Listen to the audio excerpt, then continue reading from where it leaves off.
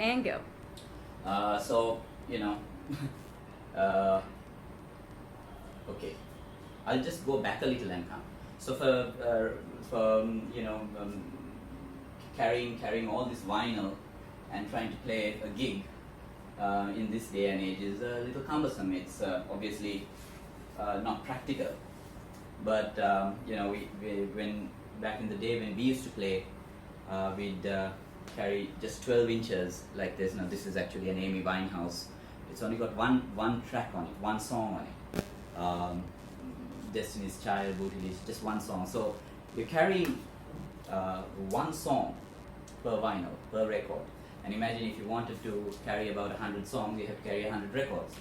So in that sense, it used to be very cumbersome to move around, and when you're playing clubs, you have to carry them through the doors, go up there, play and all that, as opposed to just a MP3 stick, a USB stick, or your CD case in this day and age. So it's a lot easier now, right?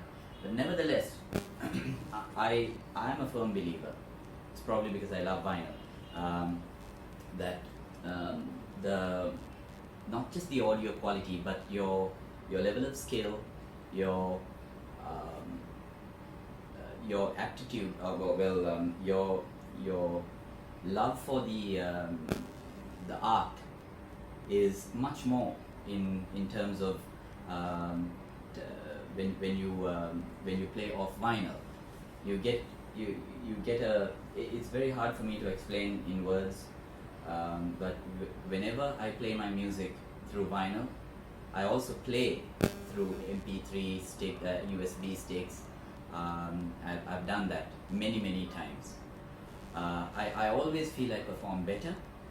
I feel the music a lot more. I feel the dance flow a lot more when I play off vinyl. Now, that is probably also because I come from an era that I always played vinyl, and for me, the transition has been a little difficult. But nevertheless, for those who are in the scene today, who are very heavily into the digital era, it is good. I think it is great if you can just spend a little time to visit the workshop, come and spend 3-4 hours with us, and get a feel of vinyl, get a feel of playing it. Look at even collecting, starting a small collection. Vinyl, everybody says, is very expensive, right? It's not really that expensive.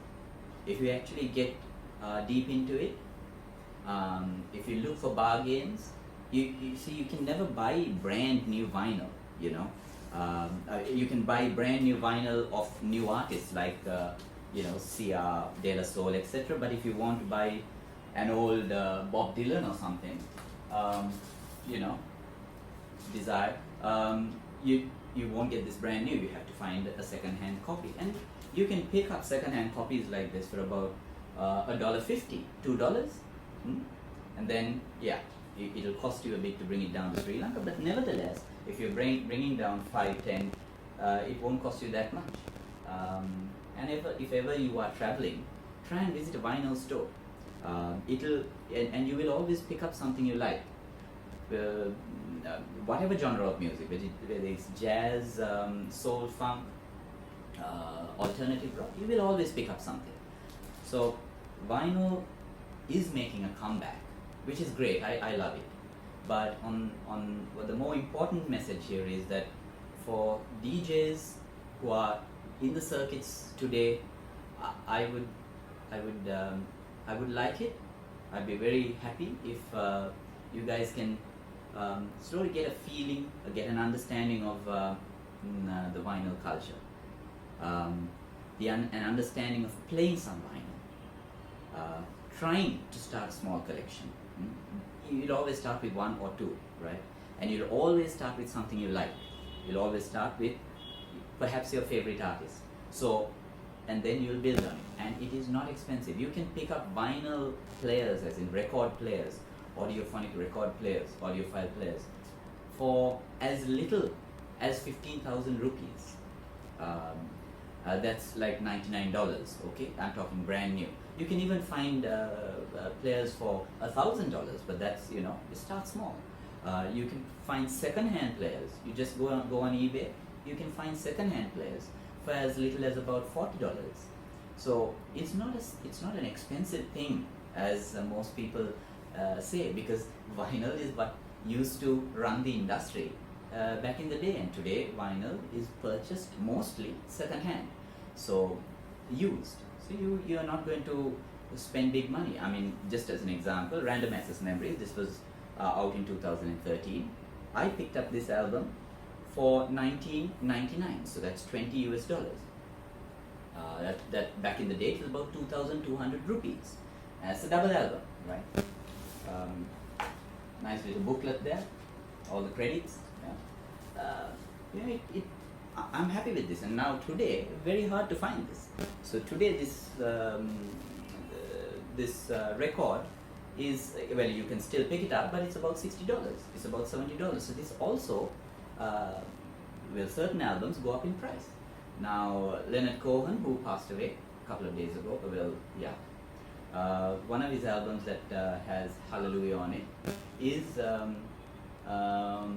is going at something close to about $100. I think I saw it at $90, $100 somewhere there on Discogs. So yeah, those are very old albums, and there were times that you could pick those up for about $1.50. So vinyl is a great thing to have. I mean, you have to be picky. You shouldn't just buy junk. You have to buy things that are good, that you like, and it's a good hobby.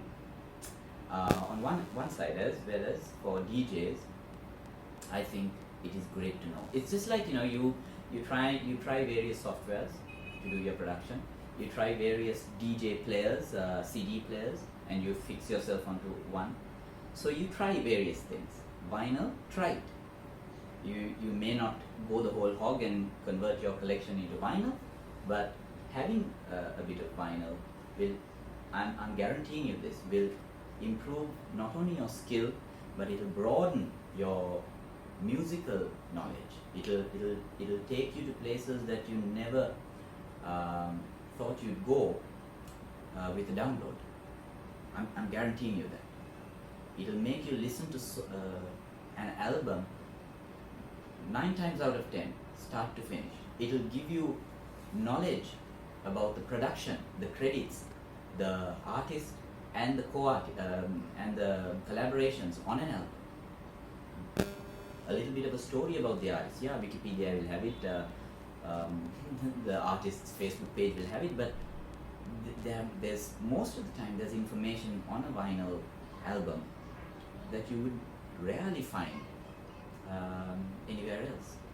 So I don't know. For me, it's been a great thing, and I think I've been blessed in a way to have been able to get into collecting vinyl from the late 80s right up till now. I never gave up on it, and I'm very happy that there is an upward trend. That's great. On the other hand, I'm also looking at opening up a store. Now my collection is nearing about 40,000 records. This is just one part of it. I've got a couple more rooms that I'm cataloging everything, and slowly I want to bring that out as well. Just get a vinyl only store going, and which will perhaps help everyone to access vinyl a lot easier, because you have to touch and feel vinyl even if you want to, before you actually get into it. So that's something I'm actually trying to do. But big thanks to Decibel.lk for coming down here tonight and this morning and having this little interview with me. Thank you, Yasmin. I hope I gave you some insight into collecting vinyl and the vinyl culture.